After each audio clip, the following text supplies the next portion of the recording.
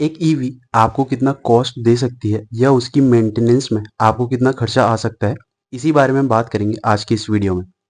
सरकार 2030 तक आईसीई गाड़ियों के इंपोर्ट को बंद करने पर प्लान बना रही है, जिसके कारण ईवी गाड़ियों को इम्पोर्टेंस मिल रही है। ईवी पॉल्यूशन के टिकाऊ समाधान और कम कॉस्ट इफेक्टिव के कारण पॉपुलर हो रही है। 2024 में ईवी की लगभग 20 लाख यूनिट्स बिकी। हालांकि पार्क प्लस के एक सर्वे के according 51% EV users internal combustion engine ICE based गाड़ियों पर वापस जाने की सोच रहे हैं, क्योंकि ईवी में अभी भी कुछ बेसिक चैलेंजेस मौजूद हैं। जो बायर्स अभी ईवी व्हीकल लेने के बारे में सोच रहे हैं या ईवी की तरफ थोड़े से भी इंक्लाइन है, उन्हें ईवी की छिपी हुई कॉस्ट को समझना जरूरी है।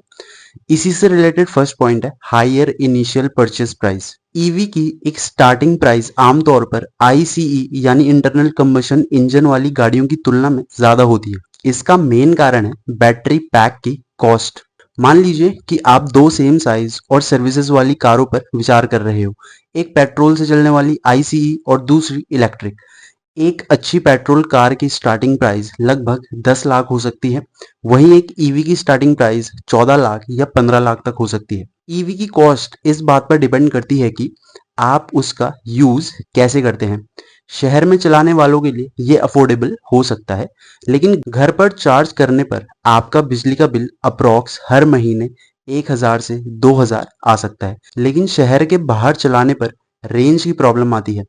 आप शहर के लिए इलेक्ट्रिक स्कूटर और लंबी दूरी के लिए एक आईसी व्हीकल खरीद सकते हो, क्योंकि अगर आप रोज 80 से 120 किलोमीटर ईवी से ट्रैवल करोगे तो रेंज की चिंता आपको निरंतर सताती रहेगी। इलेक्ट्रिक कारों की प्राइस आईसी कारों से ज्यादा होती है, खासकर अच्छी रेंज वाली कारों की, जैसे कि XUV 3XO का इलेक्ट्रिक मॉडल आईसी मॉडल से महंगा है।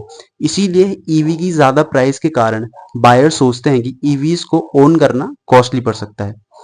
ये प्रीमियम वैल्यू कई बायर्स को ये मानने के लिए मजबूर करती है कि ईवी की ओनरशिप खरीदने के बाद आप परेशानी मुक्त रहोगे, लेकिन रियलिटी तब सामने आती है जब आप घंटों तक गाड़ी चलाते हैं और पाते हैं कि ईवी की बैटरी खत्म हो गई है और आसपास कोई चार्जिंग स्टेशन नहीं है। ऐसी सिचुएशंस एक्सपेक्टेशन और एक्सपीरियंस के बीच के डिफरेंस को शो करती हैं, खासकर जब आप लंबा ट्रैवल कर रहे हो। नेक्स्ट और दूसरा पॉइंट है installation cost for home charging. मान लीजिए कि आप अपने घर पर एक इलेक्ट्रिक कार के लिए चार्जिंग स्टेशन लगवाना चाहते हो। आपने एक अच्छा मीडियम कैटेगरी का चार्जर चुना, जिसकी कॉस्ट लगभग 35,000 रुपए है।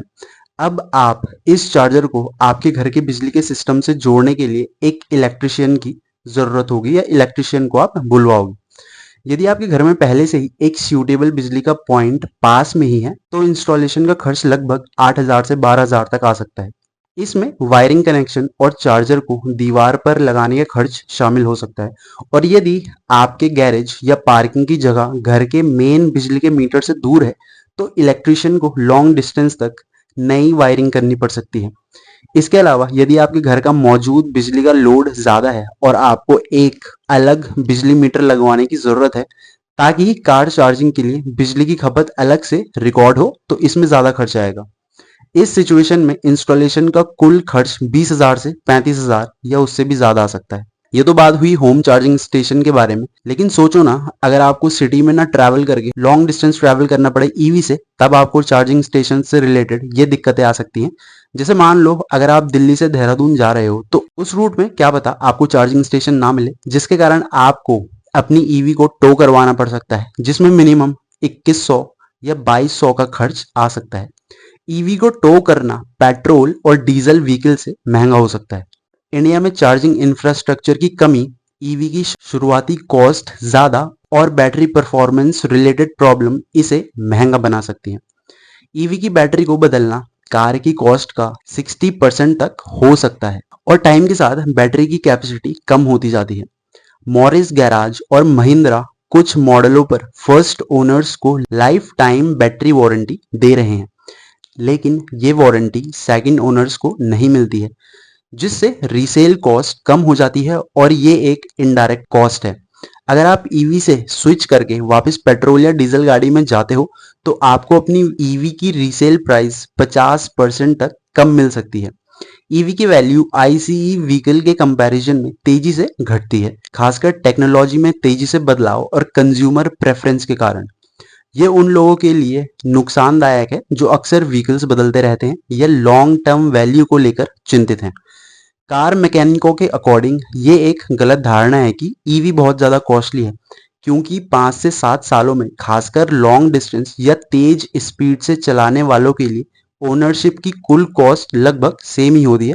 मान लो कि आपने पेट्रोल या डीजल कार ली और उसको 5 से 7 साल तक खूब रगड़ा, तो फिर अगर आप उसके बाद उसको रीसेल करते हो तो उसकी रीसेल वैल्यू ऑलरेडी 50% तक कम हो जाती है ऑटोमेटिकली या उससे भी कम।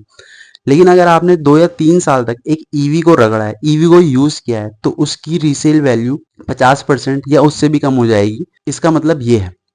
नेक्स्ट और थर्ड पॉइंट है potential for higher insurance premiums. कभी कभी ईवीज का इंश्योरेंस करवाना पेट्रोल डीजल व्हीकल्स के इंश्योरेंस से ज़्यादा महंगा हो सकता है। इसका मेन रीज़न ये है कि ईवीज की मरम्मत की ज़्यादा कॉस्ट होती है, खासकर उनकी महंगी बैटरी और लेटेस्ट टेक्नोलॉजी। इसके कारण गॉड फॉरबिड अगर ईवी का अगर एक्सीडेंट हो जाता है तो उसका खर्च नई गाड़ी जितना हो सकता है। इसीलिए कई ईवी ओनर एडिशनल राइडर्स लेते हैं जो ईवी से जुड़े खास रिस्कों जैसे बैटरी डैमेज और सड़क किनारे सहायता को कवर करते हैं, जिससे टोटल इंश्योरेंस कॉस्ट और बढ़ जाती है। हालांकि कुछ इंश्योरेंस कंपनियां एनवायरनमेंट फ्रेंडली व्हीकल्स के लिए डिस्काउंट भी देती हैं। मान लीजिए कि आपके पास दो कारें हैं, एक पेट्रोल और दूसरी एक नई ईवी एसयूवी। जब आप अपनी पेट्रोल कार का इंश्योरेंस करवाते हैं तो आपको एनुअल प्रीमियम लगभग 15,000 देना पड़ता है। ये प्रीमियम कार की कॉस्ट आपकी ड्राइविंग हिस्ट्री पर बेस्ड होती है। जब आप अपनी नई इलेक्ट्रिक एसयूवी का इंश्योरेंस करवाने जाते हैं तो इंश्योरेंस कंपनी आपको एनुअल प्रीमियम 22,000 बताती है। ये प्रीमियम पेट्रोल कार के प्रीमियम से लगभग 7,000 रुपये ज्यादा है। इंश्योरेंस कंपनी इसका कारण ये बताती है कि इलेक्ट्रिक कारों की मरम्मत आमतौर पर ज्यादा महंगी होती है, खासकर अगर बैटरी पैक में कोई प्रॉब्लम आ जाए तो उसकी मरम्मत या उसे बदलने में बहुत ज्यादा खर्च आता है। इसके अलावा इलेक्ट्रिक कारों में इस्तेमाल होने वाली लेटेस्ट टेक्नोलॉजी भी मरम्मत को महंगा बना सकती है। हालांकि इंश्योरेंस कंपनी आपको ये भी बताती है कि वो इन्वायरमेंट फ्रेंडली व्हीकल्स होने के कारण इलेक्ट्रिक कारों के इंश्योरेंस पर 5% का डिस्काउंट दे रहे हैं। इस डिस्काउंट के बाद आपकी इलेक्ट्रिक कार का एनुअल प्रीमियम 22,000 का 5% यानी 1,100 रुपए और कम हो जाता है। इसीलिए डिस्काउंट के बाद आपको एनुअल प्रीमियम 20,900 का पड़ता है, जो अभी भी आपकी पेट्रोल कार के प्रीमियम से थोड़ा तो ज्यादा है ही। नेक्स्ट और फोर्थ पॉइंट है बैटरी रिप्लेसमेंट कॉस्ट। ईवी की बैटरी लंबे टाइम तक चलने के लिए डिजाइन की जाती है, आमतौर पर 8 से 15 साल या 1 लाख से 2 लाख किलोमीटर, जो अक्सर वारंटी द्वारा कवर किया जाता है। उनकी मरम्मत या बदलने में काफी खर्च आ सकता है।